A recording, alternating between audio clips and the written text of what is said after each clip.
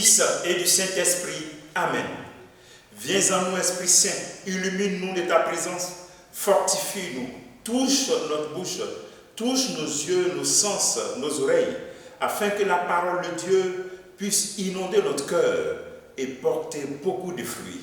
Ô Seigneur, envoie ton esprit et tout sera créé et tu renouvelleras la face de la terre. Bien-aimés dans le Christ, nous sommes aujourd'hui 1er mars. Nous sommes au début de ce mois de mars et bon mois de mars à tous et à toutes. Et nous avons l'évangile qui nous est proposé, qui est celle de l'évangile de Luc chapitre 11, versets 29 à 32. En ce temps-là, comme les foules s'amassaient, Jésus se mit à dire: cette génération est une génération mauvaise. Elle cherche un signe, mais en fait de signe, il ne lui sera donné que le signe de Jonas. Car Jonas a été pour les habitants de Ninive un signe. Il en sera de même avec le Fils de l'homme pour cette génération. Lors du jugement, la reine de Saba se dressera en même temps que les hommes de cette génération et elle les condamnera. En effet, elle est venue des extrémités de la terre pour écouter la sagesse de Salomon. Et il y a ici plus que Salomon.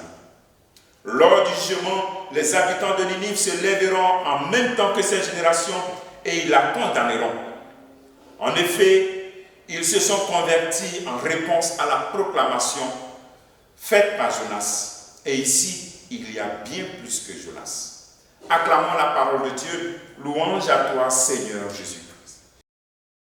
Bien-aimés dans le Christ, le Seigneur nous invite dans cet évangile à une certaine repentance, le signe de Jonas. Par sa mission, Jonas est un signe, par sa prédication, il est un signe, la repentance. Seulement le signe de Jonas sera donné à cette génération mauvaise, une génération qui refuse de se convertir. Jonas a prêché la miséricorde de Dieu et l'amour de Dieu. Les habitants de Ninive se sont mis dans la pénitence, dans les cendres, d'où les cendres que nous mettons le mercredi des cendres. Et donc le Seigneur nous demande à nous aussi à la repentance comme les habitants de Ninive. Car cette génération, nous au lieu de croire, nous demandons des signes, continuons de demander des signes à Dieu. Ce qui compte pour Dieu, c'est quand notre cœur change, c'est quand nous nous repentons. Il s'agit d'assumer notre vie dans un style de repentance, c'est-à-dire se poser chaque fois la question, qu'est-ce que je dois changer dans ma vie? Combien de temps de carême tu as vécu?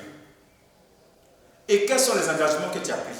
Avec tous ces temps de carême que tu as vécu, normalement ton niveau spirituel doit être vraiment élevé. Mais est-ce que réellement ton niveau spirituel est élevé? Es-tu dans une dynamique de repentance? Alors dans cette parole, on invite donc à deux attitudes fondamentales avec les deux exemples qui sont donnés. D'abord avec Salomon. Salomon avec le don de la sagesse. Mais nous, par notre relation avec Jésus-Christ, nous avons la sagesse, Jésus. Alors il est bon que je pose cette question. Est-ce que Jésus-Christ est ta sagesse? Qu'est-ce que ça veut dire? C'est-à-dire, c'est lui qui oriente tous les domaines de ta vie. Ton travail, ta vie affective, ta vie sexuelle. Tu trouves les réponses dans ton intimité avec Jésus-Christ. Aujourd'hui, on parle beaucoup d'influenceurs par-ci, par-là. Mais en réalité, pour le chrétien, son coach, son influenceur, c'est Jésus-Christ. Parce qu'il est la sagesse. Salomon avait seulement le don. Mais Jésus, il est la sagesse. Alors donc, tu dois te poser cette question. Est-ce que c'est lui-même qui est la sagesse, c'est-à-dire les orientations que je prends pour ma vie, je les prends par Jésus-Christ, dans la vie de Jésus-Christ, dans la Bible.